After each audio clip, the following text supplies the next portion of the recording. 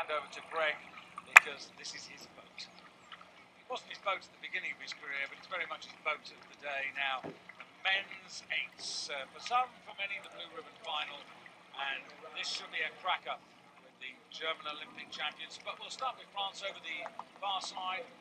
They put their eggs into one basket here to really try and make a statement. Hasn't come off yet. They were only fourth in the European Championship. Julien Delpré in the stroke seat. Next to them, Great Britain, who came through by the repechage route.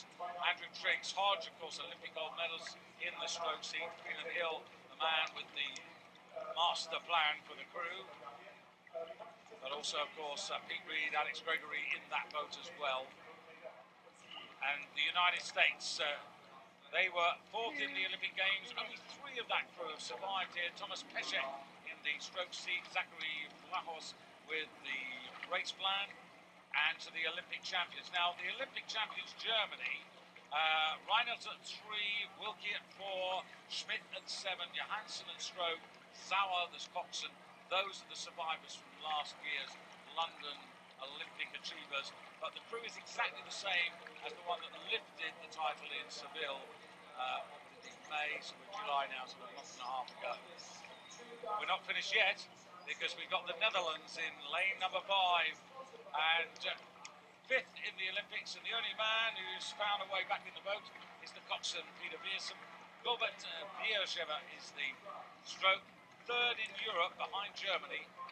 And finally, last but not least again, Poland, runners-up ahead of Holland in the European Championships, who gave Britain a real run for their money in the World Cup. And it's exactly the same crew, and the crew that also finished 7th in the Olympic Games a year ago. The final race of the Samson World Cup Series for 2013, the blue ribbons, the men's eights. The real exciting thing here is seeing this German crew, who were the Olympic champions, coming up against the Americans, coming up against the British, where, as we know, Jürgen Grobler has put all of his best rowers, all of that coxswain's 4, the 3 remainders, all in this Great Britain 8, and see which way is this going to go. Just looking there at the Great Britain 8, Pete Reed is back in the 7th seat. He had been in the 3 seat yesterday, but Great Britain changed the order on bow side overnight because they weren't happy with how it went, not winning one of the heats. Netherlands, Poland, attention.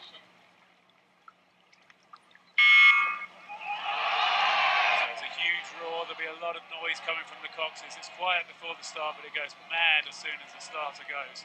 And the Americans there look like they got the best start to me. I watched them last night doing some starts, they look so smooth.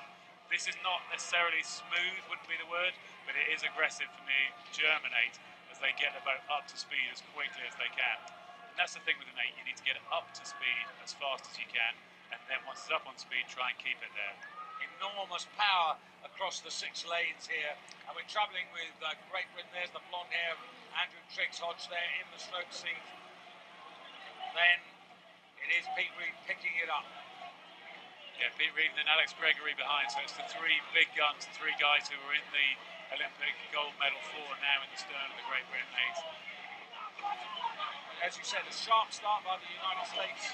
The United States got away well, and I'm interested to see what we're going to get when we do get up and have a look at the crews from the side.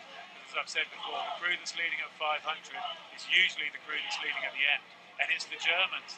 Look at this, who've managed to put a big move in since we were last looking.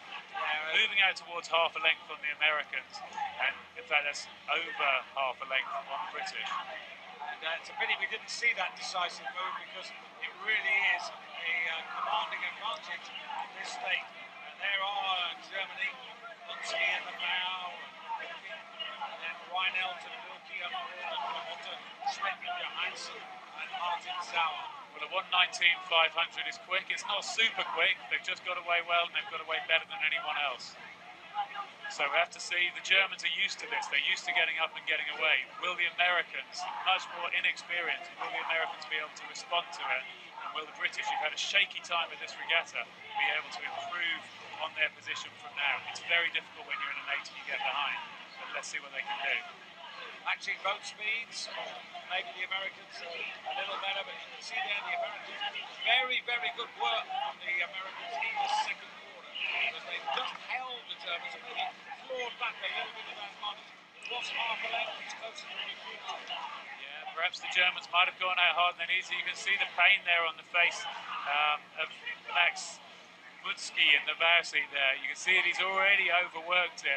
Will it have been too much, or will he be able to keep going like that with that amount of pain that's already in his body, that amount of lactate that's already in his body, and keep it going? Because the Americans have responded and come back, as you say, in the second 500.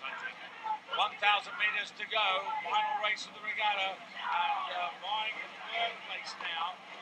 Moving up on the Germans are also the Dutch, European bronze medalists. This is interesting. If the Dutch can be there or thereabout, they can also kick in and finish. Well, eights racing is always going to be close. It's always going to be tight. I think the race going on at the front between the Americans and the Germans. I think at the moment, the bronze medal position, the Dutch have moved well against the British, and I wouldn't ever say the Poles or the French are out of this yet either, just because it's so tight.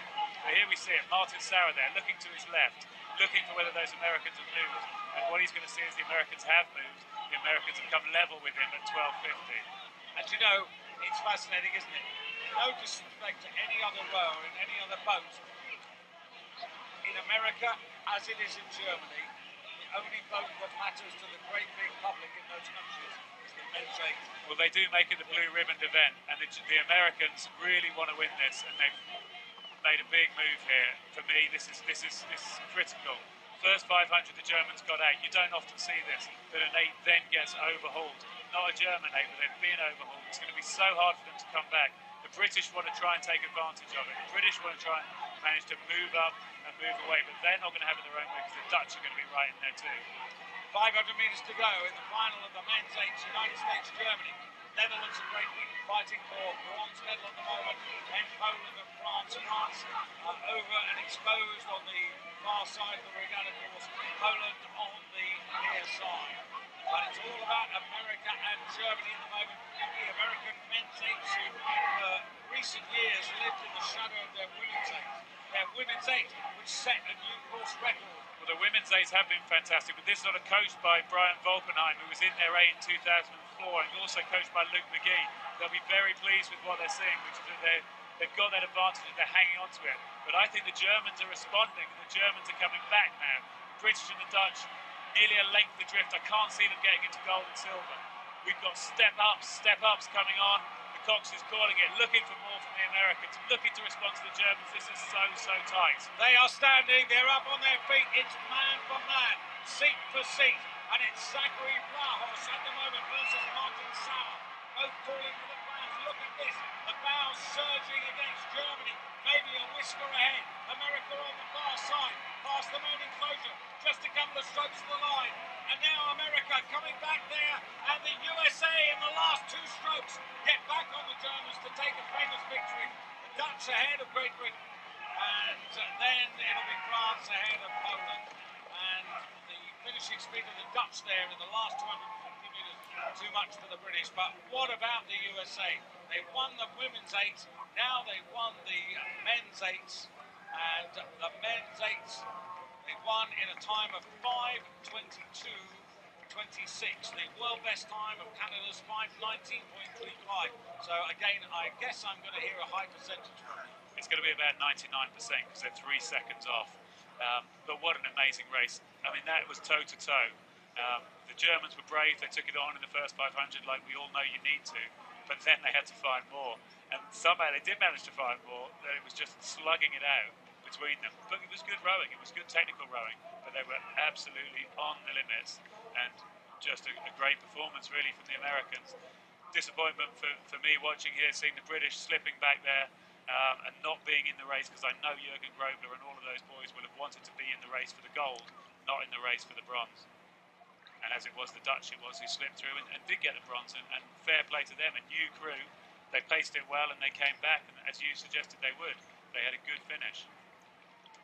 What an amazing regatta it's been. I mean, it's certainly been the regatta of the season, and you know, I was always looking forward to this. I mean, a lot of countries financially couldn't find the dosh to get down to Australia, so that was a little limited.